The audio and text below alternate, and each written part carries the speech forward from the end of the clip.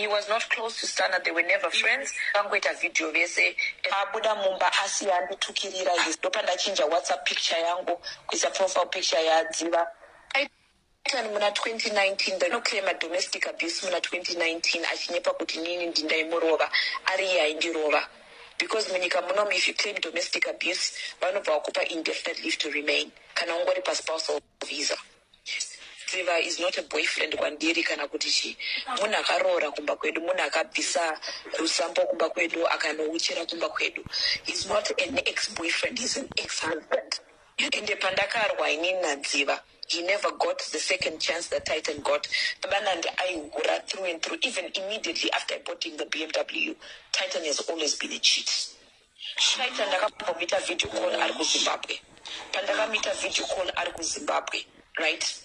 He was in bed with another guy. They come to this who is this guy that you're in bed with? Akandit is my cousin. We're sharing a bed. And it's like, what is this?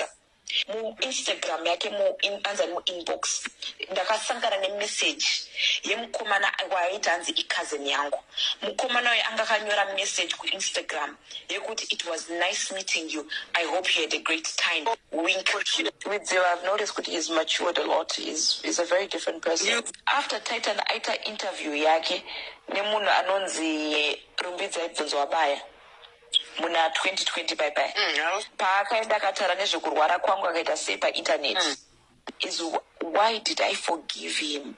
It still is a painful experience up until today. That was just evil. Tytan angari papero kubasa kwangu every month. He was getting an allowance from Gain Healthcare every month. Kufika mswanda kataka kubata mshonga wake. Ndio madeza anga kushandira kumba. Tytan akatora chikwere che 15,000 pounds chakatora as a loan kuti arore kechitu kumba kwedu. Chakatengesa maringi echitengeni echitu. Kana kuzvibhadhara zvikwere zvanjabulo uya.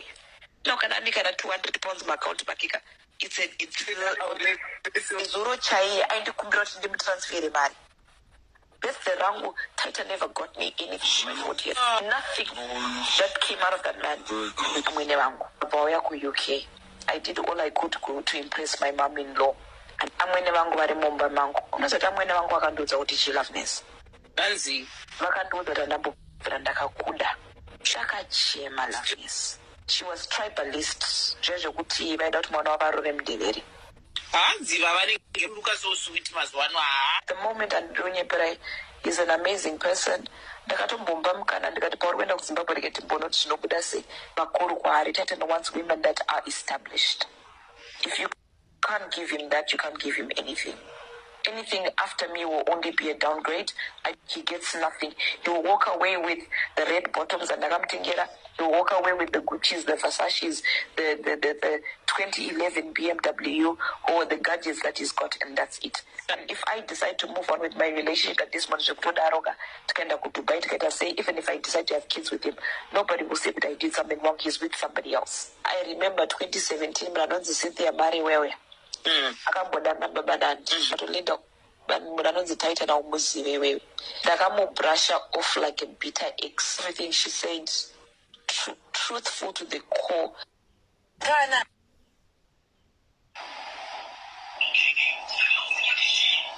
I'm asking you, what is it and what are you using it for? Did he say it's supposed to make me lucky in my marriage? That's what he said. Shit. What do you mean lucky in your marriage? Because we told you that put Achishandisira mari. Achishandisira zvese zvandinoda. Anofa unoona kukosha kwespeaker raChristopher nhasi ranga richashanda pakuti vanhu vari kuizvo vanhu ndofunga vakaisa nzeve sense yangu kuda kunzwa kuti zviri kunzi ku the other end. Okay, so ini ndakudza kuti handina zvinhu handitaure zvinhu zvisina evidence. Kana if people want me to go there, I will produce evidence of absolutely everything that I'm talking about. So if you were me, Loveness, urikudana nemunhu wako whether a boyfriend murume wako kana kuti ndiani, and you find out kuti ari kukubatira mushonga kuti akushandise iwewe kuti ngori chikwambo chake, how would you feel? Heartbroken, honestly. I was so heartbroken, Nozia. I was depressed for months. ndakapinda mudepression. Ndakasvika papoint yekuti vanhu vainditi ndaonda neningireni message arika. But at some point I was so skinny, mabhonzo aioneka. Yeah, that's the time you were not feeling so well. I became so depressed.